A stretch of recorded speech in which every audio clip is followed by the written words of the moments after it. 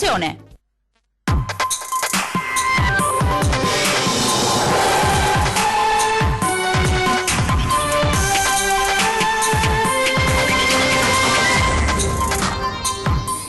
Referendum per la separazione tra Venezia e Mestre, si vota il 1° dicembre, esultano i comitati, il sindaco Brugnaro conferma l'invito all'astensione.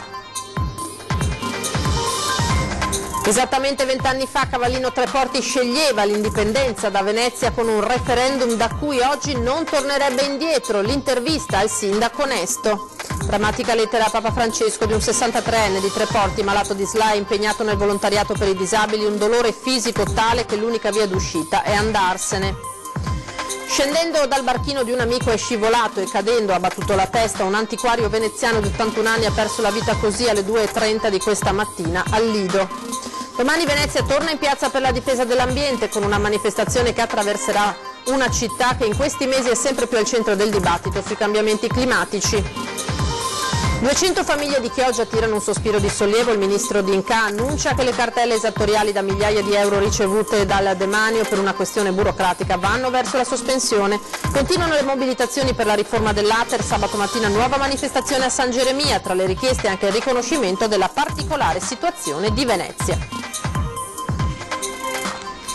Buonasera, ben ritrovati in diretta con l'edizione veneziana dei telegiornali di Antenna 3 e dunque lo avete sentito, c'è la data per il referendum di separazione tra Venezia e Mestre e la campagna entra nel vivo a partire dalla presa di posizione del sindaco Brugnaro. Sono con la regione, era legittimo farlo, l'ha detto il tribunale, verrà fatto, io ho già detto che non parteciperò alla campagna elettorale, punto.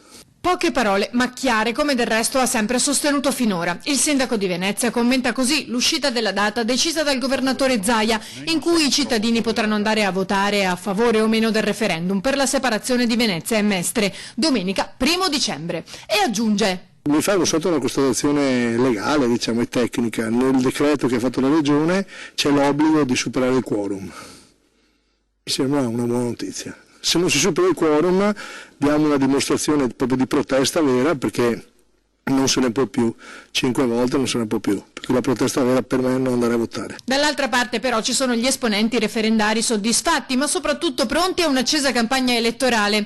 Questo fardello me lo sono portato sulle spalle per 10 anni, è un giorno di vittoria per la democrazia diretta, ha dichiarato l'avvocato Sitran. Speriamo non sia già troppo tardi, ha dichiarato invece Chiaro Manni, visto che le città stanno andando verso il degrado. E ancora, lasciate libertà di voto ai vostri iscritti e simpatizzanti, avevano scritto i membri del gruppo 25 aprile, perché se non gliela lasciate se la prenderanno comunque, come già successo in molti referendum, e il prezzo rischiate di pagarlo alle elezioni. E se il referendum dovesse vincere il sì, non si tratterebbe del primo caso di separazione amministrativa da Venezia. Esattamente 20 anni fa Cavallino Treporti sceglieva la via, diciamo, dell'indipendenza con un referendum da cui oggi non tornerebbe indietro. Cavallino Treporti quest'anno festeggia il 20ennale della sua Costituzione. 20 anni ben portati. Ogni 4 luglio gli Stati Uniti d'America festeggiano l'indipendenza dal Regno d'Inghilterra con parate e fuochi d'artificio. A Cavallino Treporti non arrivano a tanto, ma il 13 dicembre, data del referendum che l'ha reso un comune autonomo da Venezia, rimane comunque un momento importante, soprattutto ora che di quella data ricorre il 20ennale. E col referendum per la separazione tra Venezia e Mestre alle porte, questa cittadina di 13.500 abitanti sulla penisola che separa la laguna nord dal mare Adriatico è anche l'esempio concreto di una scelta da cui oggi nessuno tornerebbe indietro. Abbiamo una struttura oggi consolidata, amministrativa, tecnica, abbiamo un comune che oggi ha consolidato le proprie radici, abbiamo un comune che sta crescendo in termini di identità culturale, in termini anche di economia, abbiamo dei primati, delle eccellenze importanti e quindi siamo fieri di avere il comune autonomo. Sotto Venezia, Cavallino Treporti, secondo Roberta Nesto, aveva servizi sottodimensionati per le proprie esigenze, si trattasse di strutture amministrative o di polizia locale. Oggi il comune conta 75 dipendenti, meno di altri paesi con le stesse dimensioni, ma sufficienti a garantire servizi migliori a prima. Ritengo che rispetto a quello che eravamo quartiere del Comune di Venezia, oggi si possa pensare che un comune che ha un'eccellenza, la seconda spiaggia d'Italia, sia doveroso che abbia anche una struttura amministrativa e politica. Ovviamente abbiamo ancora una pendenza importante, Venezia non ci ha dato quello che ci spetta per quanto riguarda la divisione patrimoniale, stiamo lottando e continueremo a lottare anche per questo. Il futuro è sicuramente quello di coordinarsi con gli altri comuni, ma avere una struttura autonoma propria. Cambiamo tema. Quando il dolore fisico ti fa urlare ma non puoi perché non hai voce e il dolore resta facendoti impazzire, caro Papa Francesco, allora comprendi che c'è un'unica via d'uscita: andartene. È un passaggio della lettera che Gianfranco Bastianello, 63 anni, malato di SLA da quando ne aveva 14, ha inviato al Santo Padre. Bastianello, di Cavallino Treporti, cattolico praticante, ex responsabile della comunicazione dell'Hotel Danieli di Venezia, è impegnato da sempre nella battaglia per aiutare i disabili e la mobilità sulla sedia a rotelle. Ora veniamo al tema dell'autonomia, primo incontro della conferenza delle regioni con il neoministro Francesco Boccia. Zaia afferma buoni propositi, ma Veneto e Lombardia non aspetteranno il 2023. La risposta del ministro: le regioni più pronte possono partire già a gennaio. Speriamo che ci siano notizie positive dal governo e che non siano come quelle che abbiamo detto 24 ore fa, di sentirci dire che bisognerà attendere fino al 2023, perché i veneti non attendono e neanche i lombardi. Così il governatore del Veneto Luca Zaia da Roma, dove ha partecipato stamane ai lavori della conferenza delle regioni, per la prima volta presenziata dal ministro per gli affari regionali Francesco Boccia, che risponde a stretto giro. Io non ho parlato di 2023 per Zaia, Fontana, Emiliano o De Luca, io ho parlato di un processo che si completerà nel 2023, quando si completa questa legislatura. È evidente che le regioni più pronte, se accettano la cornice nazionale che io proporrò, potranno partire subito. Io spero già a gennaio del 2020, ma partire non significa arrivare. Poi c'è il Parlamento che dovrà dire l'ultima parola e sarà obbligo di tutti noi consentire al Parlamento di esprimersi positivamente se convinciamo il Parlamento. E questo penso che sia una responsabilità che hanno anche i presidenti attraverso i loro partiti di appartenenza. Il confronto è avviato, l'auspicio è che si proceda spediti su una strada che comunque sembra assai complessa. Siamo ancora nella fase della luna di miele, poi la luna di miele finisce e si capirà se un bel matrimonio solido funziona oppure no. Di buoni propositi ce ne sono tanti, ma noi abbiamo il tema tempo e il tema qualità del progetto. Se i tempi saranno rispettati, cioè che si fa veloce, si fa presto, bene, e se la qualità del progetto significa autonomia vera, noi siamo qui per firmare. Prima del vertice con il ministro c'è stata una pre-riunione dei governatori del centrodestra. Centrale il tema della sanità e l'urgenza di trovare delle misure forti per fronteggiare il problema della carenza dei medici. Abbiamo parlato di molti argomenti e direi un argomento centrale è stato sicuramente quello della sanità, della mancanza di 56.000 medici in Italia e della necessità assoluta di provvedere già con delle prime misure straordinarie per trovare questi medici. La nostra necessità è quella di dare servizi ai cittadini. 56.000 medici mancano in Italia, dei quali 1.300 al Veneto. Di nuovo la cronaca: ha perso la vita cadendo dalla barca alle 2:30 di questa mattina al Lido Roberto Bortoli, antiquario veneziano di 81 anni, finito al centro negli anni 70 e 80 di vicende relative alla Mala del Brenta. Nell'isola Alba movimentata anche per l'intervento della Capitaneria di Porto, uscita verso le 4:30 per soccorrere un peschereccio di Pellestrina con 3 persone a bordo che imbarcava acqua dopo aver centrato un tronco d'albero che affiorava proprio dall'acqua. La sua vita si è conclusa come forse pochi avrebbero immaginato, per uno come lui abituato a sfidare il pericolo. Scendendo dal barchino di un amico è scivolato e cadendo ha battuto la testa ed è morto. Alba tragica in via San Giovanni d'Acri al Lido di Venezia. Se n'è andato così Roberto Bertoli, 81 anni compiuti lo scorso luglio, ex direttore del Casinò di Nova Gorica in Croazia. L'uomo era praticamente arrivato a casa. Al Lido e in centro storico il suo nome è molto conosciuto come antiquario, ma soprattutto per il suo passato turbolento negli anni 70 e primi anni 80. Bertoli, infatti, venne chiamato in causa dall'ex boss della Mara del Brenta, Felice Maniero, arrestato nel 1996 nell'ambito dell'operazione Rialto, ha poi ottenuto la riabilitazione. Così Bertoli si era rifatto una vita, fino alla tragica caduta di questa mattina.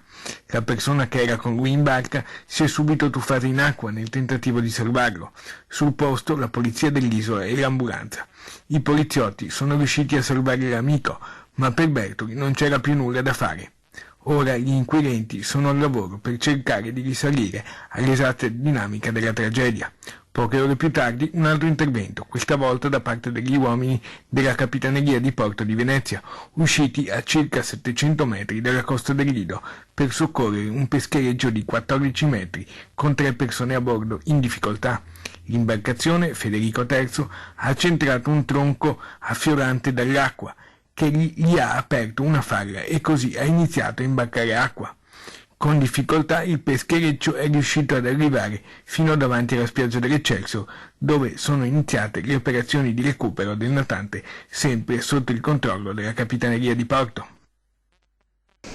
Venezia torna in piazza per la difesa dell'ambiente con una manifestazione che attraverserà una città che in questi mesi appare sempre più al centro del dibattito sui cambiamenti climatici. La prima volta era stata il 15 marzo, quando diverse migliaia tra studenti e attivisti avevano raggiunto in corteo Rialto per il Climate Strike, la marcia per il clima e per chiedere provvedimenti seri contro il riscaldamento climatico. Eco Internazionale aveva avuto poi la presa del tappeto rosso del Palazzo del Cinema del Lido, poco prima della serata finale del festival, un'azione applaudita tra gli altri da Mick Jagger dei Rolling Stones e Roger Waters dei Pink Floyd, entrambi presenti a Venezia per la mostra. Venerdì si replica con uno sciopero globale per il clima e una manifestazione che partirà alle 8:30 dal piazzale della stazione Santa Lucia.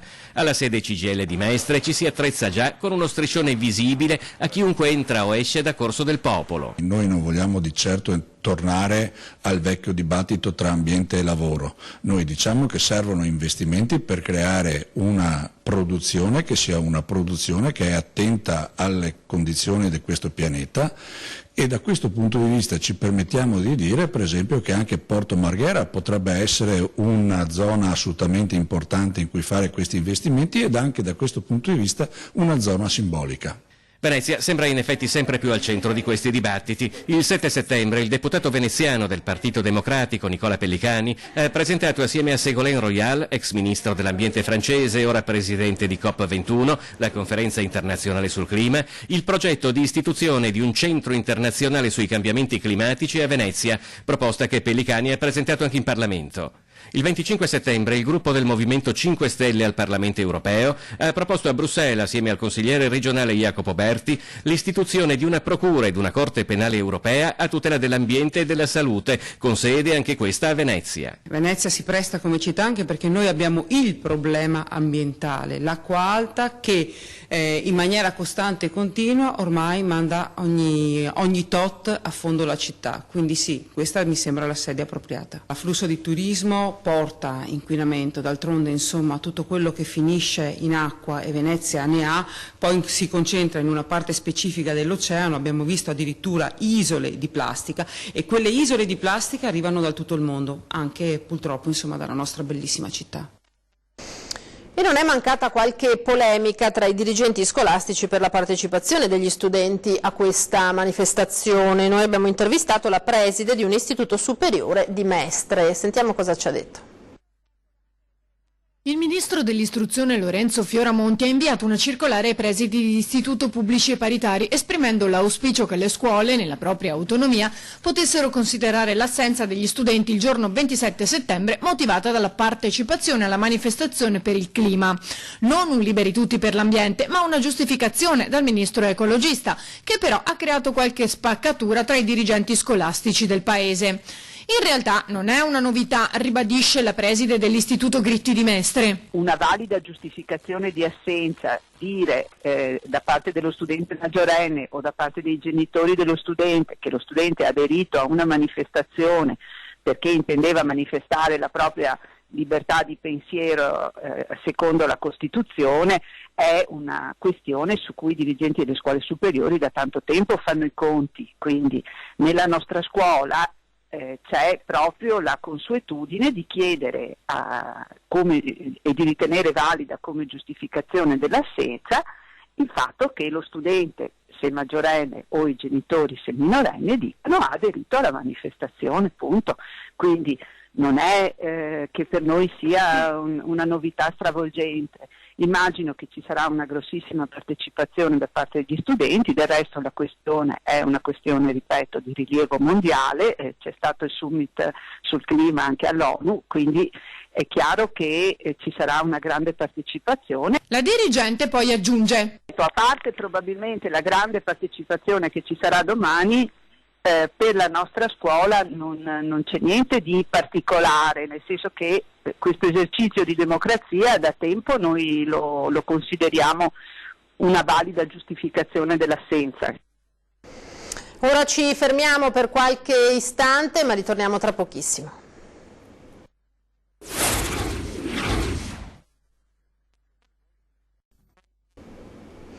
Eccoci di nuovo in diretta, edizione veneziana dei telegiornali di Antenna 3. Andiamo a Chioggia, 200 famiglie iniziano a tirare un sospiro di sollievo, sono i residenti dell'area dell'Usenzo che per una questione burocratica si erano visti recapitare dal demanio cartelle esattoriali per migliaia di euro, se non addirittura avvisi di esproprio.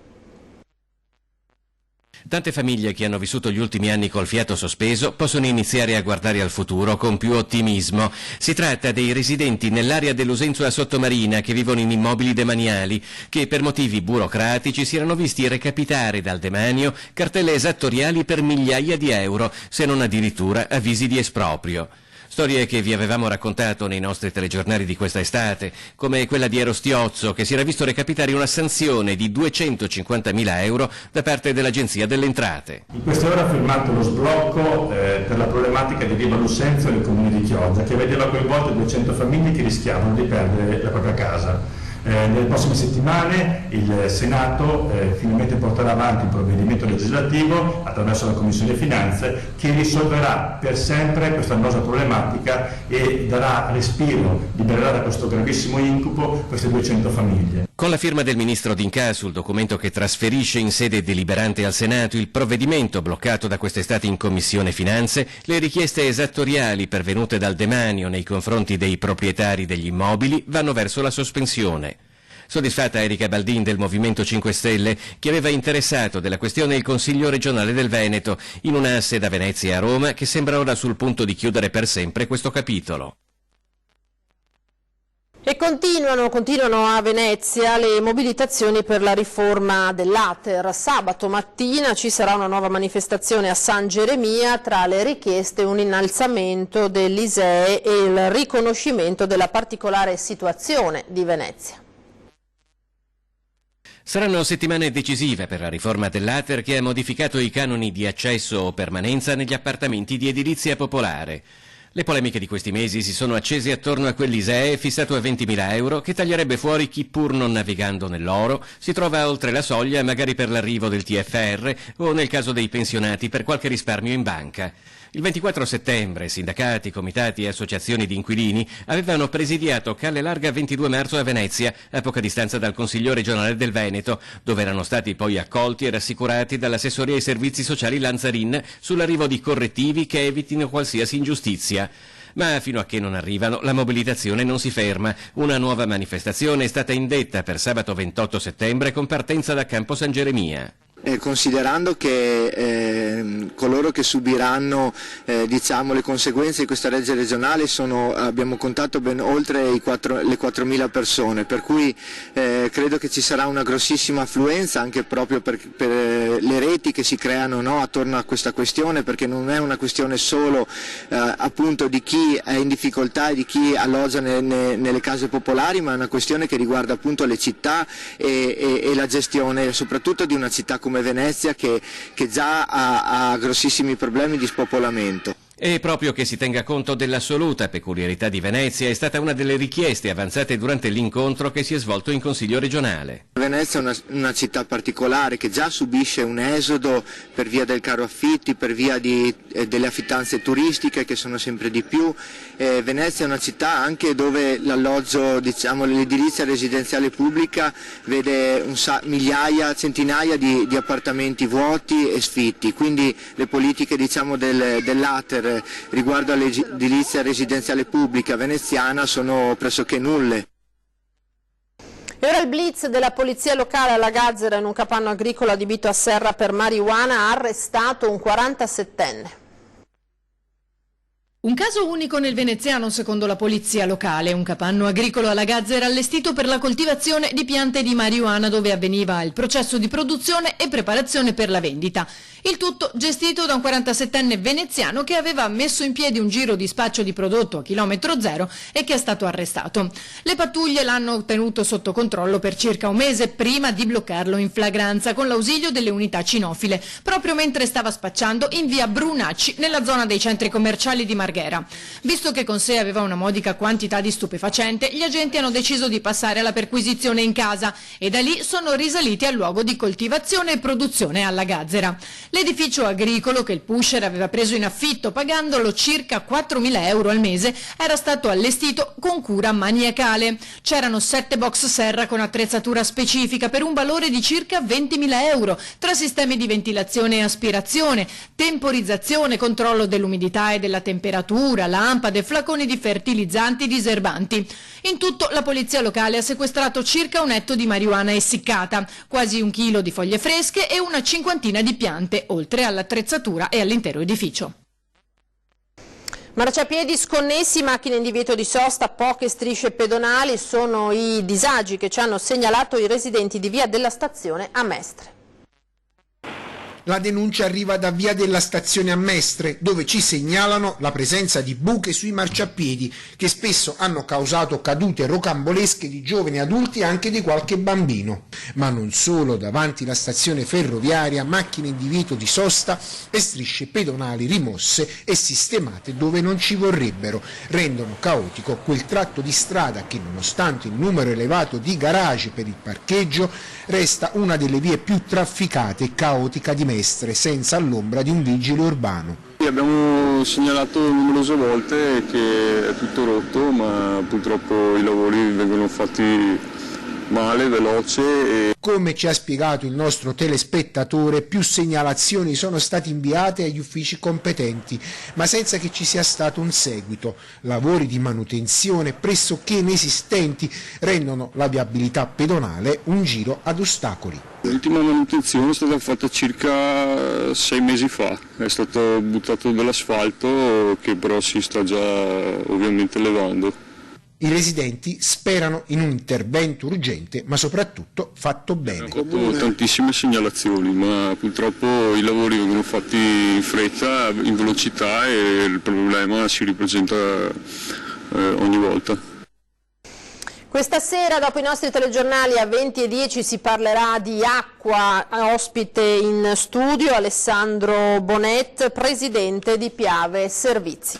È tutto per questa sera, io vi ringrazio per averci seguito, appuntamento come sempre a domani e ora vi lascio alle previsioni del tempo, arrivederci.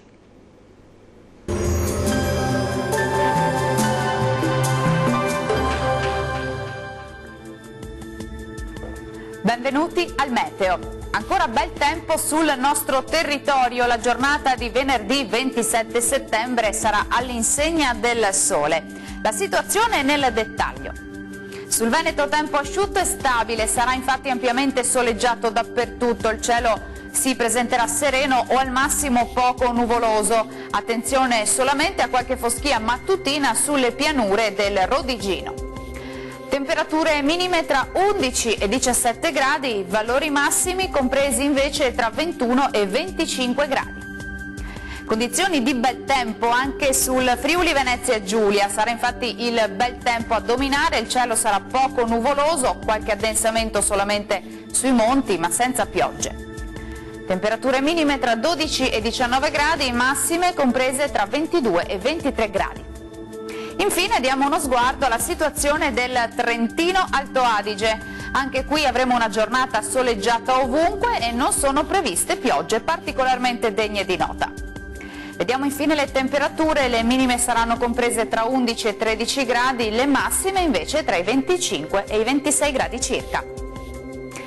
Bene, dal meteo per ora è tutto, buon proseguimento in compagnia di Antenna 3. Arrivederci.